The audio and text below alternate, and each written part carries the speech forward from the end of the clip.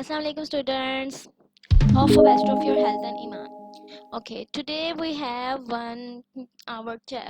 new topic, which is the mustard plant and the frog, which is in the last lecture हमने जो है अपनी level of organisation study किए थे, जिसमें हमने मल्टी सेलुलर, यूनिसेलुलर और कॉलोनियल टाइप्स ऑफ सेल्स जो है उनको स्टडी किया था। तो अब आज के लेक्चर में हमने स्टडी करना है मस्टर्ड प्लांट एंड फ्रॉग, क्योंकि ये अब हम multi cellular advance level organisation है, उनकी टू एग्जांपल्स है मस्टर्ड प्लांट एंड फ्रॉग।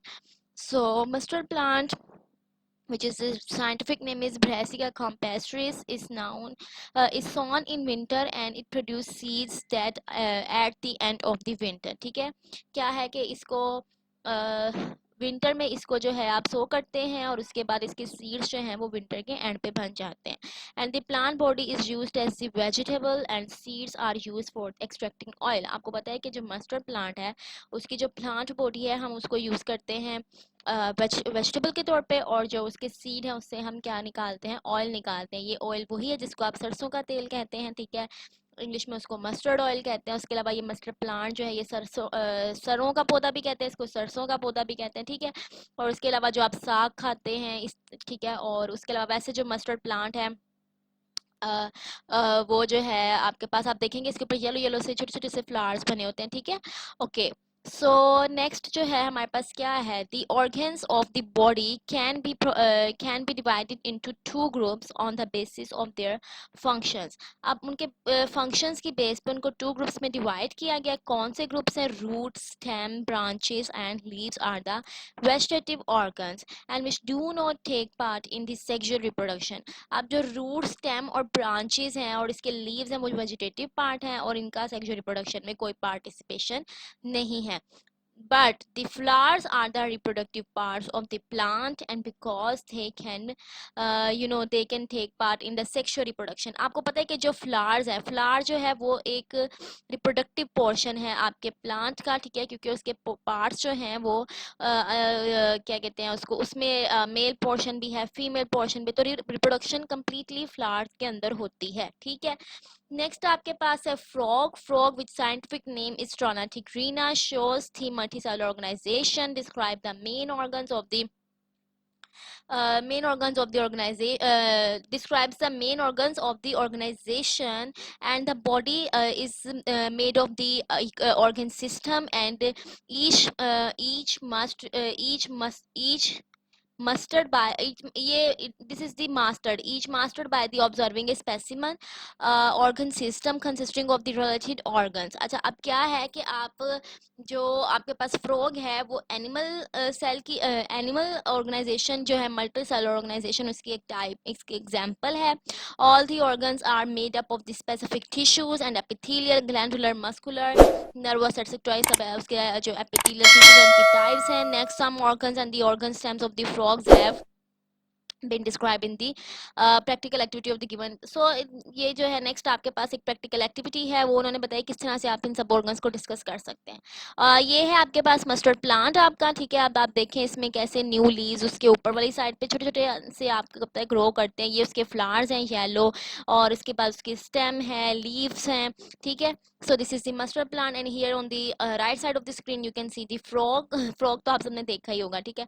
अच्छा, अब उसके बाद ये आपकी थोड़ी सी एनालाइजिंग एंड इंटरप्रेटिंग है कि जो आपने से कुछ identification of the different tissues in the photographs of the different organs जो है आपने उसको आइडेंटिफाई रखना करना है। आपको पता हो कौन से जो है डिफरेंट ऑर्गन्स हैं जो डिस्क्राइब किए गए। अच्छा, अब कैसे है कि जब आपने प्रैक्टिकल वर्क करना है, अगर आप इन प्रैक्टिकल वर्क को परफॉर्म करें, ये बहुत हेल्पफुल होता है। तो कुछ स्कूल्स में, कुछ कॉलेजेस में ये करवाया जाता है, कुछ में नहीं करवाया जाता। बट मैं आपको बताऊं, जो प्रैक्टिकल वर्क से आप चीज़ सीख सकते हैं, लर्न कर सकते हैं ना, वो आप बुक से नहीं कर सकते, ठीक है। So identification of the organs and the organ system जो है आप करेंगे जब ये प्रैक्टिकल डायसेक्शन वगैरह करते हैं, चाहे आप फ्रॉग की करें चाहे मस्टर्ड प्लांट की करें, ठीक है। सो पर्पस में यही, अब ये आपका वैसे पढ़ने वाला इसमें कुछ भी नहीं है। उसके अलावा प्रैक्टिकल वर्क में इसमें यही है कि आप पूरी उसकी डायसेक्शन करते हैं। मैं आपको बताती हूँ, हम लोगों ने डायसेक्शन की थी, बीएससी में की थी हमने उसकी, क्या कहते हैं उसको, यार रैबिट की थी, ठीक है। सो सेम प्रोसीजर है, आपने इसको किस तरह से, और अब ये देखें आपकी फिगर है। अच्छा ये आपके प्रैक्टिकल पॉइंट ऑफ व्यू से वैसे इंपॉर्टेंट बहुत है। फ्रोकी डायसेक्शन वाला आप चाहे इसको परफॉर्म करें या ना करें, आपको ये लेबल्ड डायग्राम ड्रॉ करनी आनी चाहिए, हर पार्ट उसका, left atrium, right atrium, truncus, arteriosus, lung, ठीक है, pancreas, spleen, small intestine, kidney, vein, silver, liver, ventricle, ठीक है। स्प्लीन किसको कहते हैं? तिल्ली को कहते हैं स्प्लीन, ठीक है। उसके बाद आपके पास आर्टरी है, यूरिनरी ब्लैडर है, ठीक है। तो इस तरह ये आपको फुल इसकी जो है लेबल डायग्राम ड्रॉ करनी आनी चाहिए। इसकी ज़्यादा से ज़्यादा प्रैक्टिस करें। मेरे साथ अगर शेयर करना चाहते हैं तो इंस्टाग्राम पे फॉलो कर लें और वहाँ पे मेरे साथ अपनी पिक्चर्स शेयर करें इजीली। आप, मैं स्टोरी पे भी लगा लूँगी और इस तरह से हो जाएगा। उसके बाद है आपके पास next the understanding and the concepts. अब अंडरस्टैंडिंग और कॉन्सेप्ट में क्या है? Arrange the structures in the order to lower of the level of organisations, upper level and provide the level against each structure, nervous system, electron, man, mass of the neurons, carbon. अच्छा यहाँ पे है, अच्छा आपने क्या करना है, ये ना कुछ इस तरह के क्वेश्चन हैं जो आपके कॉन्सेप्ट को चेक करते हैं, ठीक है। आपके अगर एग्जाम पॉइंट ऑफ व्यू से देखा जाए कि क्वेश्चन आते हैं पेपर में या नहीं, तो इट्स नो, ठीक है। लेकिन अगर आप अंडरस्टैंडिंग चाहते हैं ना, किसी चीज़ को अच्छे तरीके से समझना चाहते हैं कि हर तरह से मेरे कॉन्सेप्ट क्लियर हो जाए, समटाइम्स अगर अनसीन क्वेश्चन भी होता है तो आपको वो क्लियर हो जाए, ठीक है। तो उसके लिए ये अंडरस्टैंडिंग क्वेश्चंस हैं।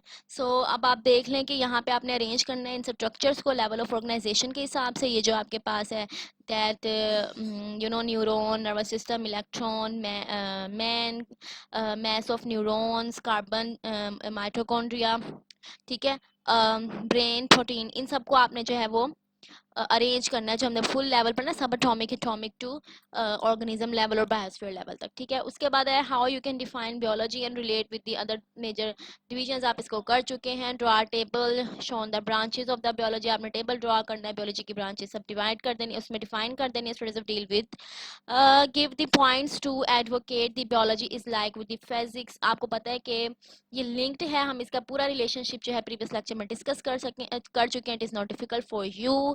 Next you have how would you distinguish the biomolecules from the other molecules। आप इनको किस तरह से डिफरेंशिएट कर सकते हैं, हम ये भी पढ़ चुके हैं कि बायोमोलिक्यूल्स वो होते हैं जो लिविंग ऑर्गेनिजम्स में प्रेजेंट होते हैं, और अदर मॉलिक्यूल्स जो नॉन लिविंग में प्रेजेंट होंगे, और बाकी सब मॉलिक्यूल्स, ठीक है।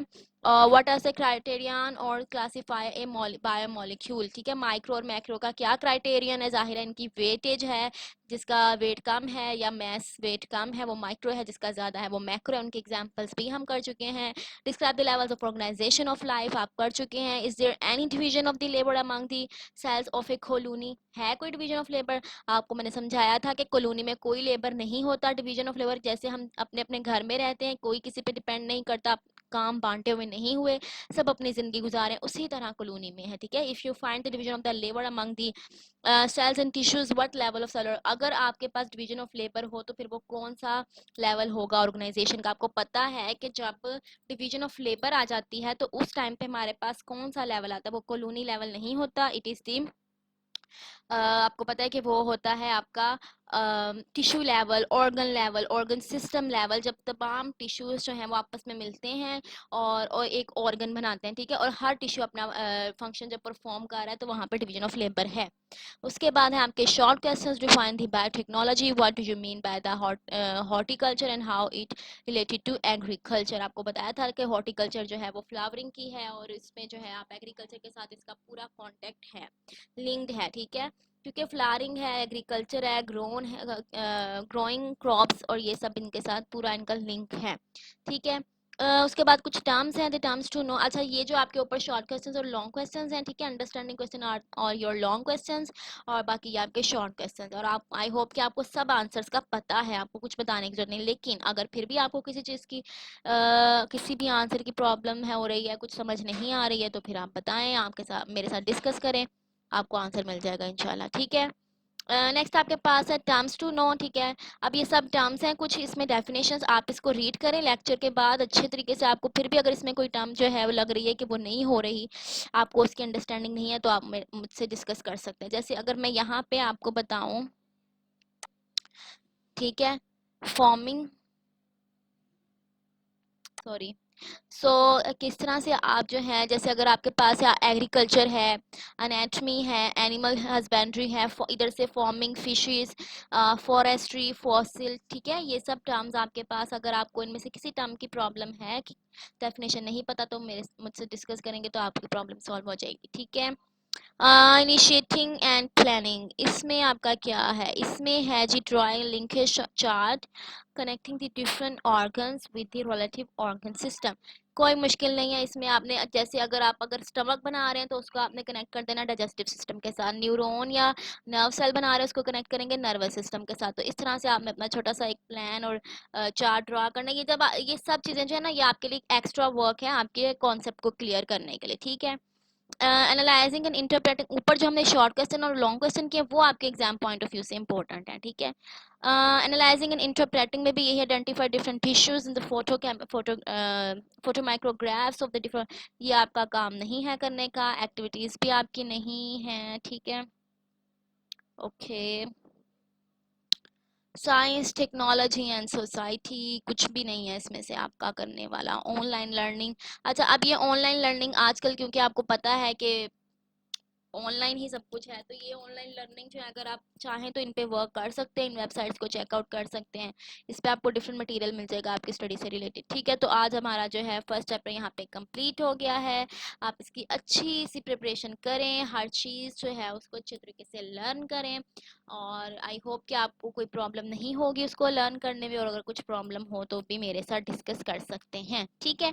सो चैनल को सब्सक्राइब करना मत भूलें, कमेंट ज़रूर करें कोई भी प्रॉब्लम, और वीडियो को तो लाइक आप करेंगे ही, ठीक है। सो नेक्स्ट लेक्चर तक बाय बाय, अल्लाह हाफिज़, टेक केयर।